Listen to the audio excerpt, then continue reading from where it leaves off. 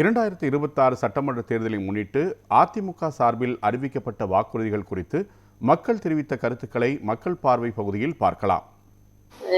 இப்போ டிஎம்கேல 1000 ரூபாய் போயிட்டு இருக்குதுங்க. இப்போ மகளிர் தொகையை 1000 ரூபாய் போயிட்டு இருக்குது. ஏடிஎம்கேல இப்போ அறிவிச்சிருக்கிறது நாங்க 2000 ரூபாய் பண்றோம், மானியத்துல நாங்க வண்டி கொடுக்குறோம், ஸ்கூட்டி லேடிஸ்ங்களுக்கு ஸ்கூட்டி பண்றோம் அப்படின்ற மாதிரி சொல்லியிருக்கிறாங்க. ஆனா அது நல்ல விஷயம்தான்.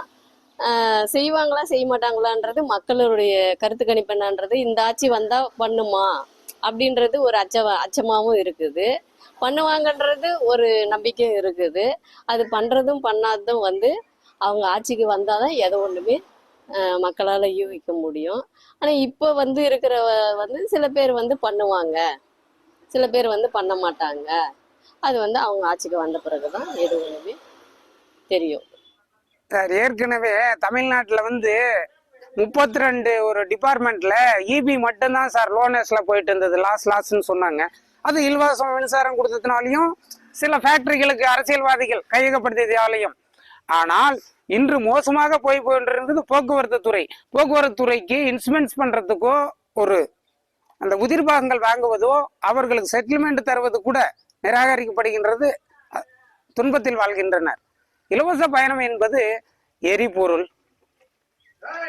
அந்த வாகன பராமரிப்பு பணிமனை, அதுக்கு மேல் ஊழியர்கள், இது எல்லாம் நாம் கருத்தில் கொண்டுதான் எடுத்துக்கொள்ள வேண்டுமே தவிர இது தருவது அவ்வளவு சரியா? இந்த சமுதாயத்தினுடைய வருவாய் எங்கே ஈட்டுகிறீர்கள் தான் என்னோட பொருள். எல்லா அரசியும் சொன்னதெல்லாம் நிறைவேற்றிட்டாங்களா? இப்ப இவன் ஓடு வரும்னு சூரியங்காட்சிக்காரன் கேக்குறான். அதை கொடுக்குறேன், இதை கொடுக்குறேன், எங்களுக்கு போடுங்க, வீடு தாவு கொடுக்குறேன், வீடு கட்டி கொடுக்குறேன் ஏழைங்களுக்கு சொல்றான். எங்க கொடுத்தது? 150 நாள் பண்ணிங்கிறாங்க. 100 நாள் 50 நாள் ஒரு வருஷத்துல வேலை இல்லை. இப்போ என்ன வேலை கொடுத்துங்கிறாங்க?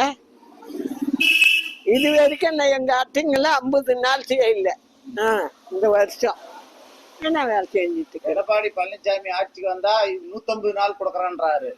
150 நாள் அவர் கொடுத்த பின்னாலும் உங்ககிட்ட நான் பேசுறேன்.